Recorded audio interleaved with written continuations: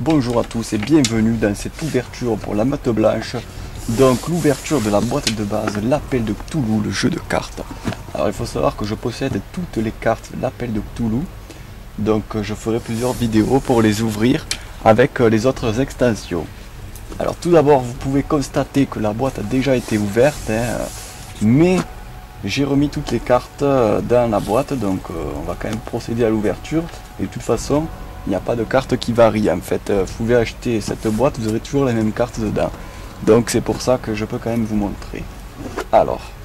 Eh les gars, prêt à lâcher les chiens?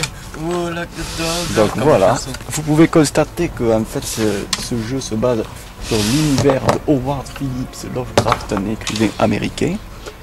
Et donc en fait ça se joue comme un jeu de plateau, vous voyez, un jeu de société, mais avec des cartes bien sûr. Alors, je vais vous montrer les cartes que l'on peut voir dans ce jeu. Donc là, ce sont les 165 cartes de la boîte de base. Alors, pour commencer, nous avons ici Thomas F. Malone, détective obsédé par le mal. Donc, c'est une carte personnage unique. Kirby O'Donnell, aventurier voyageur. Shérif local.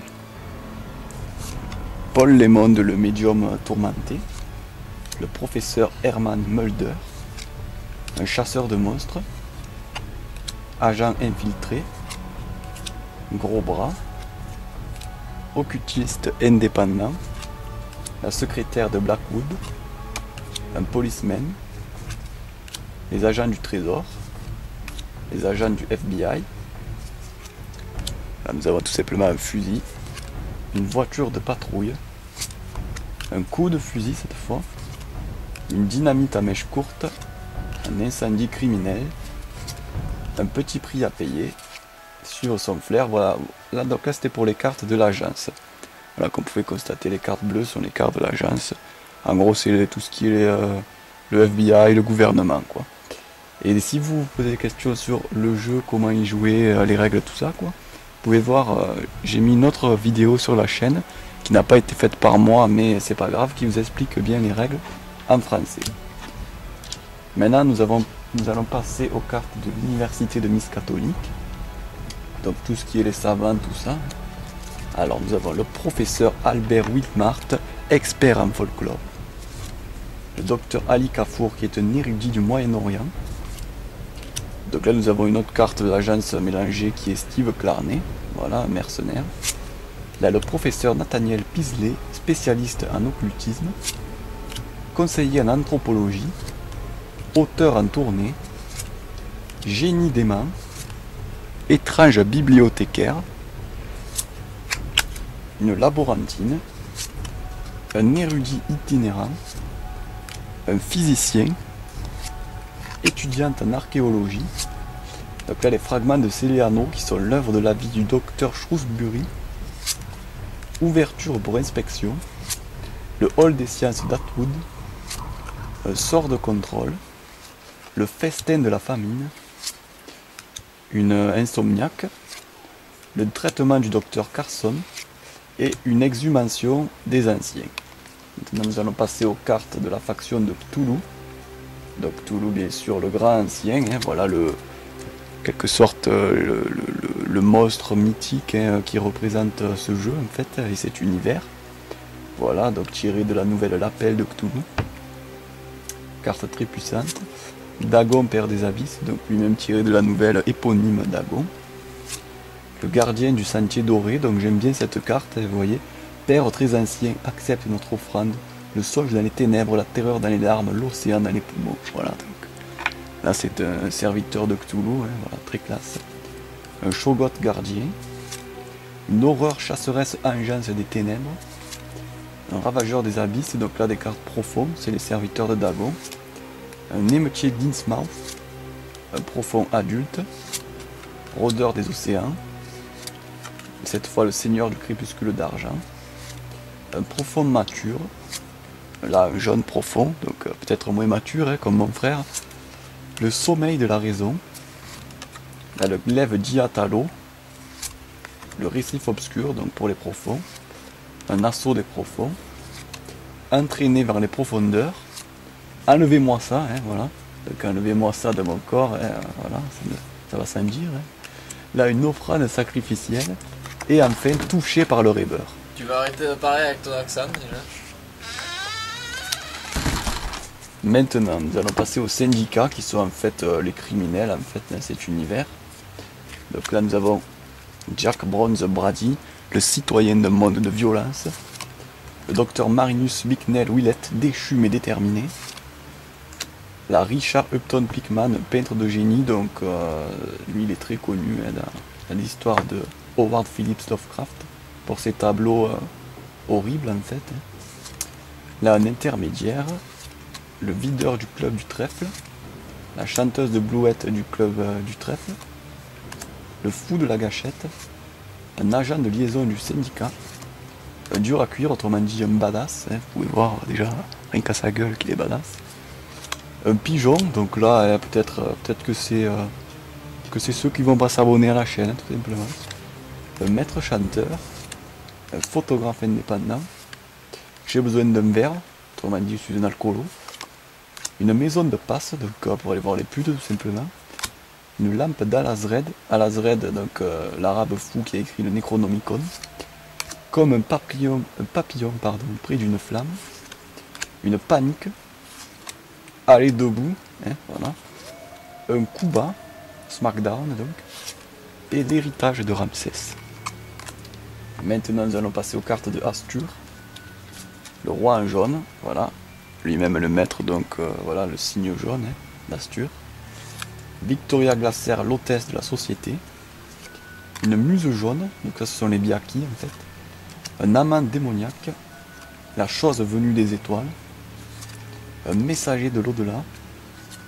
Le performeur. Donc en fait les cartes d'Astur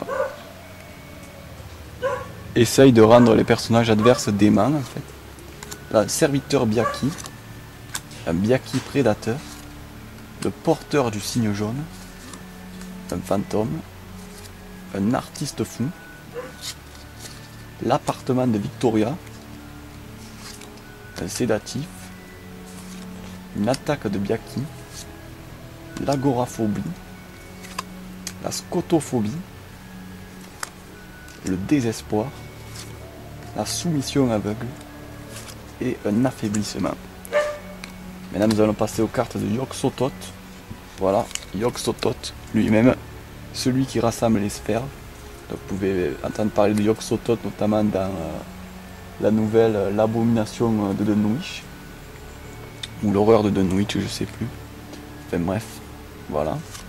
Donc carte très puissante, vous pouvez voir.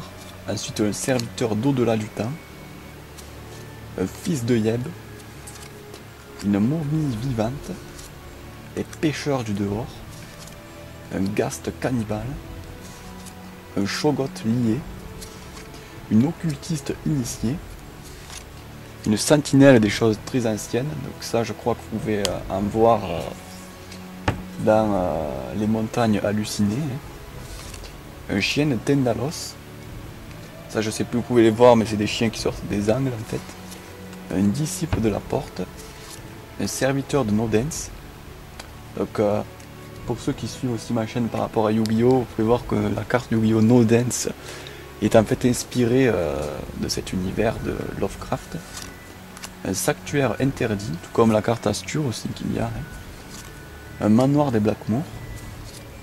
Voyage dans l'au-delà. L'ouverture de la porte des limbes. Un simple coup d'œil. Carte aussi très classe. Rassemblement autour des pierres. Indicible résurrection. Et une froide lueur. Maintenant les cartes de Shub-Niggurath. Donc là ce sont autour des chevreaux, hein, des cartes de la nature. Pour envahir le terrain de monstres. Donc nous avons Shub-Niggurath, pardon. La mère de toutes choses. Igolonak, l'obscénité, très obscène. La prêtresse de Boubastis.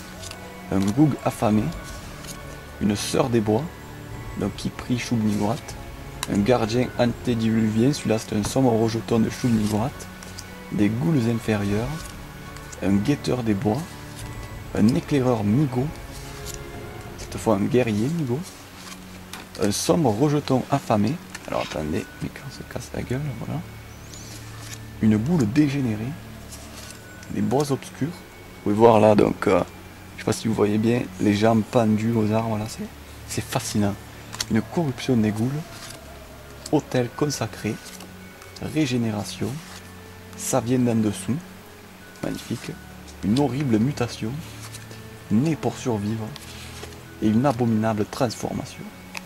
Et maintenant les cartes neutres, donc, qui n'appartiennent à aucune faction, une chasseuse de primes mystique, agent indépendant, calibre 45 dans ta gueule, une manifestation, donc là vous pouvez voir la CGT qui fait des siennes, hein. Un initié extrémiste, asile d'Arkham, changement de décor, conseiller militaire, serpent de yacht, un talisman Chocho, information confidentielle, une occultiste dilettante, un club de gentlemen, pardon, un nexus d'énergie occulte, là une carte de conspiration qui est l'imposture des contrebandiers de whisky, et maintenant les cartes d'histoire, alors aucune issue, l'abîme du temps, la première du spectacle, donc par rapport à Astur, les apocryphes antiques, l'appel de Cthulhu, donc voilà la carte qui représente, on va dire, le jeu, hein. Voilà, à travers les portes, l'horreur putrescente, figée pour l'éternité, les marcheurs des rêves, et la dernière carte de cette boîte, l'autre voie. Donc voilà, je vous invite tout simplement à vous abonner à la chaîne pour suivre les ouvertures, et vous verrez que je vais tout simplement faire des ouvertures des deux autres extensions qui sont les secrets d'Arkham et l'ordre du crépuscule d'argent, et ensuite de tous les paquets Asylum du jeu de cartes l'appel de Cthulhu. Voilà, à bientôt, à la prochaine.